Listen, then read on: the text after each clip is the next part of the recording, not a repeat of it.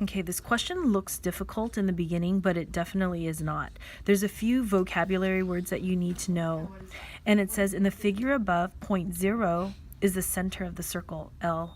Line segment LM and MN are tangent. So what tangent means is, like if this is a circle, tangent means that a line just touches it at one point.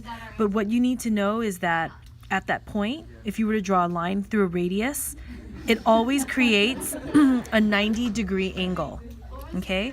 So in this case right over here, we know that this line is tangent. It's going to create a 90-degree angle with that radius.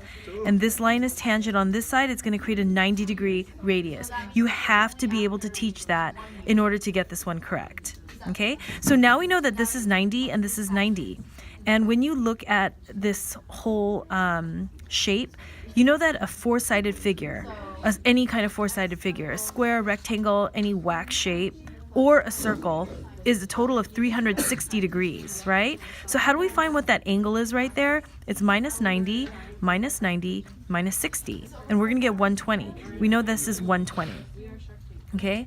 They tell us that the entire circumference, think of this as a pizza, and this is the crust of the pizza. They're telling us the distance of the crust of the pizza is 96. And they specifically want to know the arc of LN. Okay, so I'm going to do this in pink.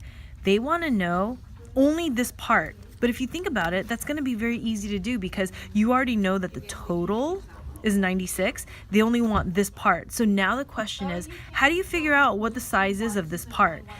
And what you need to know is that the angle reflects the arc.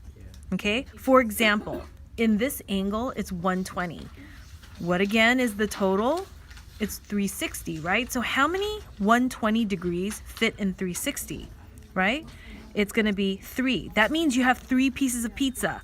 That's a really big pizza slice, okay? You got 120, 120. So that means that this crust, this whole crust, which is 96, is going to get divided into 3 pieces of crust.